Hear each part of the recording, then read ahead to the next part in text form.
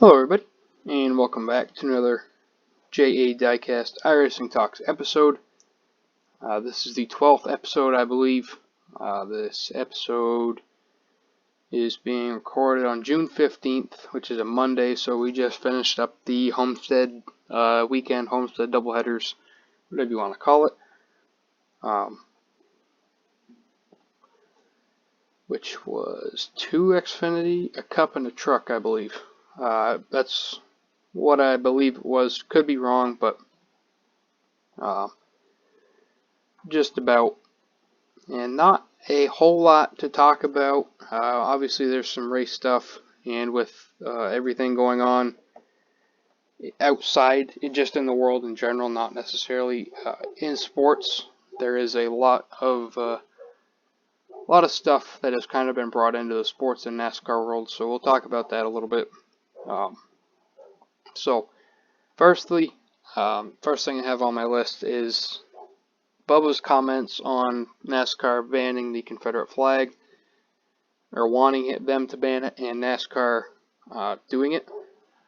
So, let me start off by saying the Confederate flag, it doesn't really concern me in any way, shape, or form. It doesn't.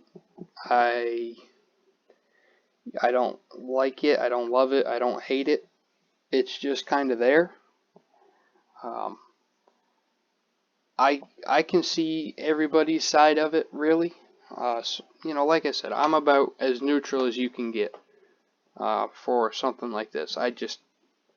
It has no impact on me whether they ban it or they don't.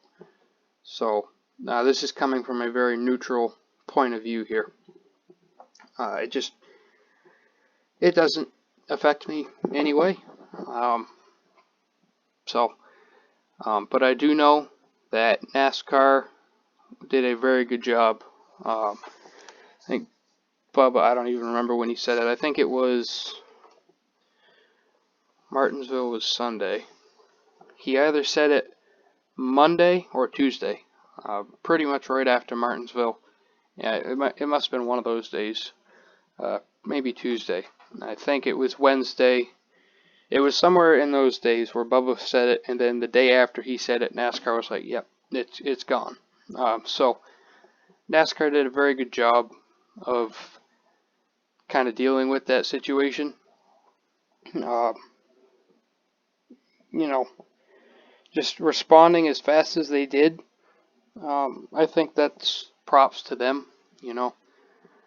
It's that's really like all I gotta say. I don't really know what else to say. I don't have a hate for the flag or a love for it. It's just there. Like I said, I can understand both sides of it, but this was more just to say NASCAR responded very quickly to Bubba's statement, and I think that's a very good thing for the sport and how it looks. And no matter what you think about Bubba's comments and actions over the past 2.5 weeks, I believe it has been a good, I don't want to say publicity stunt because it's much more than that, but it has brought a lot of new attention and a lot of new eyes to the sport.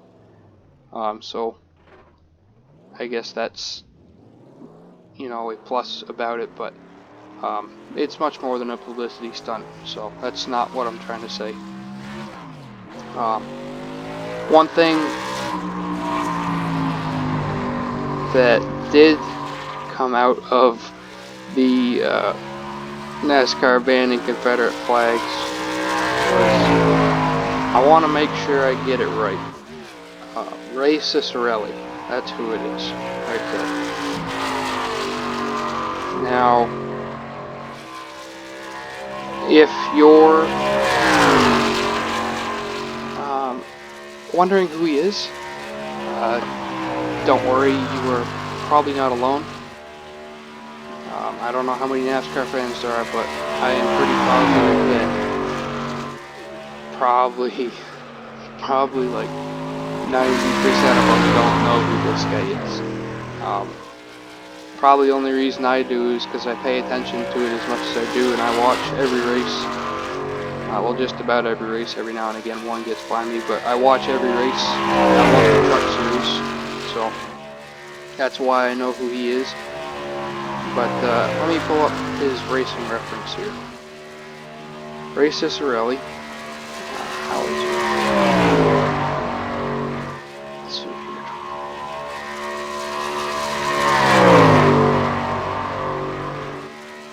He's 50 years old, alright? He's from Maryland. So, I mean, from Maryland, I guess everybody's brought up in their own way, but Maryland is still kind of a northern state, so a little bit weird how he's as attached to it as he is, but bottom of the line, NASCAR banned the Confederate flag. Ray Cicerelli said, screw it. I don't believe in that. That's not what I'm about. It's dumb. Just kind of summing up what he said here. And I'm not going to run NASCAR anymore because I disagree with what they did. So he did that. Everybody's free to make their own decisions and their own choices and everything like that, but this guy coming out and saying that, this doesn't make a lot of sense to me. I mean, especially with everything going on. But you know, this isn't like Dale Jr. saying, you know what, I am selling everything, all of my stock and everything I've put into NASCAR, I'm just done with it because of this. This isn't a Dale Jr. type figure we're talking about here. This is Ray Cicerelli, who has competed in 19 cup races, or not cup races, 19 truck races, 0 ARCA races, or 10 ARCA races, 3 K&N races. He has done little to nothing. He has 1 top 10 in the trucks in those 19 races. No top 10s in his 10 ARCA races. He's done virtually nothing. Now I understand he's from a small team, and it's different for everybody, you know, how much money and stuff they have put into it, but I just feel like the point of him coming out and saying this is just almost pointless. I don't want to say it's laughable because he's, you know, expressing his beliefs and points of view, but it's not like anybody's gonna follow Ray Cicerelli. Like, nobody knows who he is. So I personally, I don't know. If it was me, I probably wouldn't have said anything, especially with everything that's going on. It's just not a good situation to be in. But yeah, I also respect him. No matter what, staying true to what he believes, speaking his mind, but it is what it is. Next thing, moving on, 2 Xfinity races, 1 Saturday, 1 Sunday. Noah Gragson ran pretty good. He has really kind of shown through this year. You know, after last year and his last year in the Truck Series, I personally wasn't too confident in what he could do, but this year he's really stepped it up, winning at Daytona, winning at Bristol, and quite honestly should have won twice at Homestead, but he didn't win once. I think I tweeted on my Twitter at J_Diecasts that he's putting or giving Clint Boyer and Chase Elliott a run for their money as the most unlucky driver. Basically, first race dominated. I don't want to say dominated, but he led a good number of laps, probably the majority. And caution comes out. I don't remember exactly what lap it was, but it was less than 5 to go, I think, 5 or 6. And didn't win. Harrison Burton got the win. Congrats to him. You know, obviously that probably stung for Gragson, but you know, there's a race in 24 hours, so it probably doesn't sting as much as it would have. He's got a chance to go out, same car, do the same thing. And that's exactly what he did. He went out there and, again, don't want to say dominated, but he led a good majority of the laps. And again, another late caution. Austin Cindric can't keep the car straight and brings out the caution. And Noah Gragson did not win. Chase Briscoe did. So, I believe it was Chase Briscoe. I'm going to double check. But 2 races, 2 late race cautions took Noah Gragson's wins away. So, he should be sitting at 4 wins right now, but he's not. So, that sucks. I mean, it's just having 1 win taken away from you sucks, but having 2 in 24 hours, that's rough. So, but you know, he's giving me a little bit of confidence in what he can do, and I'm looking forward to seeing what he'll be able to do the rest of the year and the rest of his career if he can stay in good rides. But moving on, Chase Briscoe won the second Homestead race, as I just said. First one, different story. So, first race, well, as we saw a couple weeks ago, we'll go way back, start from the beginning. A couple weeks ago, Denny Hamlin lost a ballast out of his car, which pretty much ended his race. Gave him a bunch of penalties, or laps and stuff, you know, during the race. And after the race, a lot of penalties, fines, and suspensions for that team. Jump forward, I think it's 2 or 3 weeks. Chase Briscoe loses, it was lead spacers or something like that. I don't remember exactly what it was, but he lost something like that, something similar out of his car during the pace laps, during the warm-up laps. And he was, I want to say, I don't remember what it was at the max, but he was 6 laps down at one point in the race. I think it was, I want to say it was 6 laps before lap 10. Alright. Chase Briscoe. Obviously everybody knows, or most people know what happened with him and his wife and losing their unborn daughter a couple weeks ago. And that kind of thing can light a fire under somebody. You know what I'm saying? And I'm sure that had something to do with it. But personally, I believe he's just a hell of a driver. A wheelman, you might say. Chase Briscoe, this guy, goes from 6 laps down. Now hold up, I'm going to do it justice, and I'm going to get the exact place. He goes from 6 laps down. Hold on here. To finishing 7th.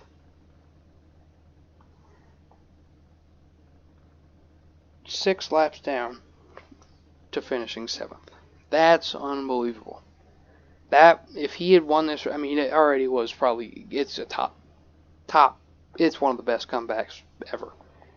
If he had won, we're talking like top 3 comebacks of all time. Yes, a lot of things have to go your way with cautions and everything, but you also got to race, you know win the race. The lap cars to be the first one a lap down. Who you racing with? Keep it clean. You got to be aggressive to keep your lap, you know, when you're racing with the leaders. You got to get the right pit strategy. There's just so many more things that go into it than just luck. And he figured it out.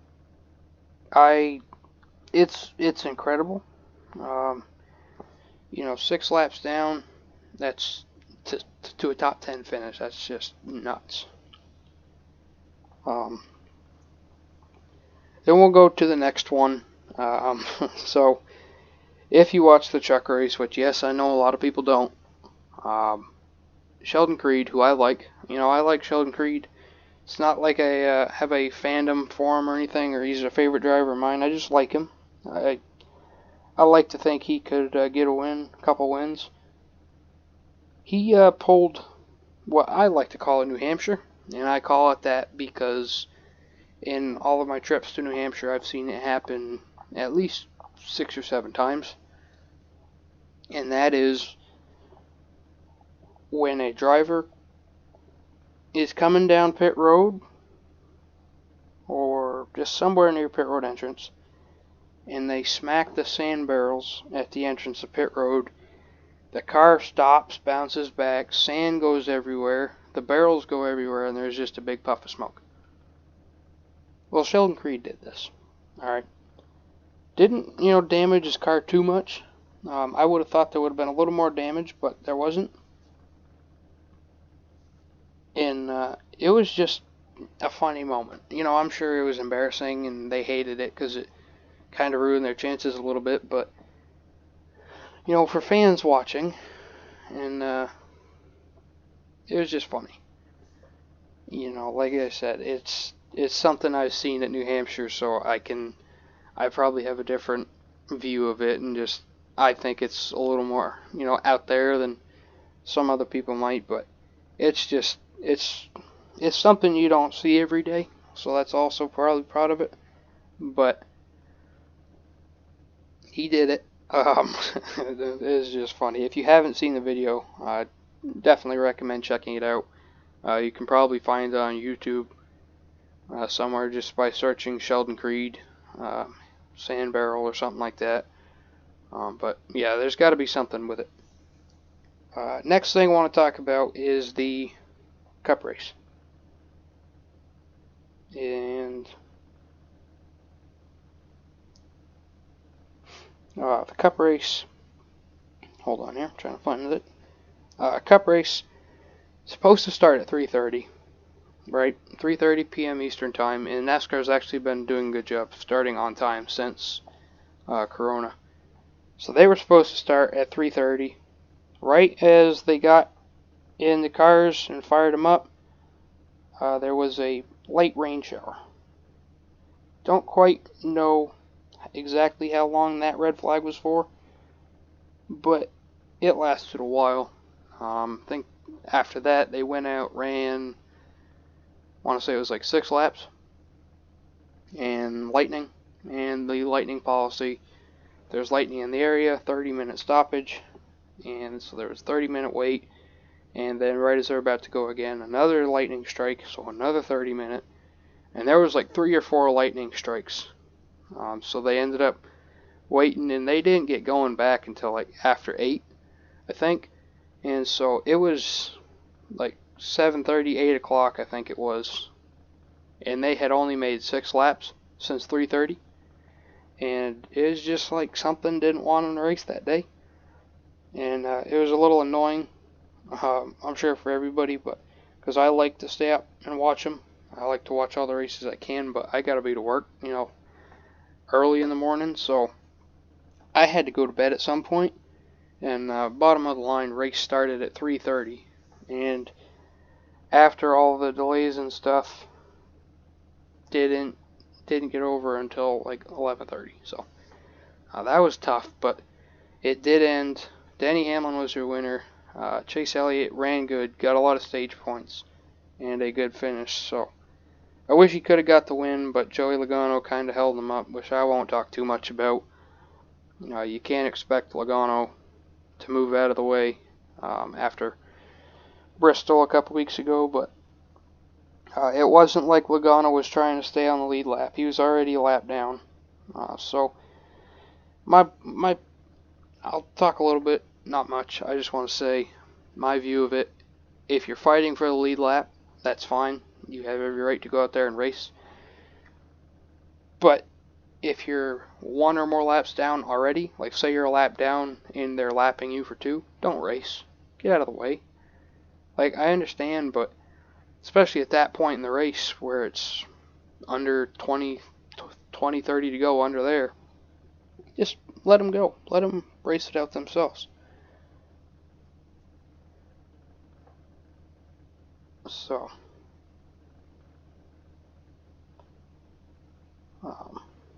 next thing, last thing, Dale Jr. Raced at Homestead. Homestead won, to be exact. and did a pretty damn good job. I mean, he always does when he comes in and does these races, but he did a good job. He was up there for a little bit, leading I think for a little bit, but he finished 5th. And after the race, he was saying how much fun it was and everything like that. But he also said he doesn't know how much more of these he will do. And by that, obviously, if you don't know, he has not been full-time since 2017, I think it was. He retired full-time Cup Series. And since then, he has done one Xfinity race a year. First one, 2018, was at Darlington, I believe. I think that might have been Richmond. He's run Darlington, Richmond, and Homestead. I don't remember the exact order. I think it was Darlington, Richmond, and Homestead. I think that's the order, but I don't know. So he was saying he might be done for good. So, me personally, I'd like to see him do a little more. I mean, he goes out and he runs good. It's not like he's a roadblock, and he doesn't dominate every race. It's good racing. So, I think it'd be kind of cool to see him maybe kind of not finish the year, not run every race. But I think seeing him do, 3 or 4 more races would be cool too. Just throughout the year. Hopefully New Hampshire, and hopefully we'll have fans so I'll be able to see him. But hopefully he will finish out the year, and then if he retires, it'll be it.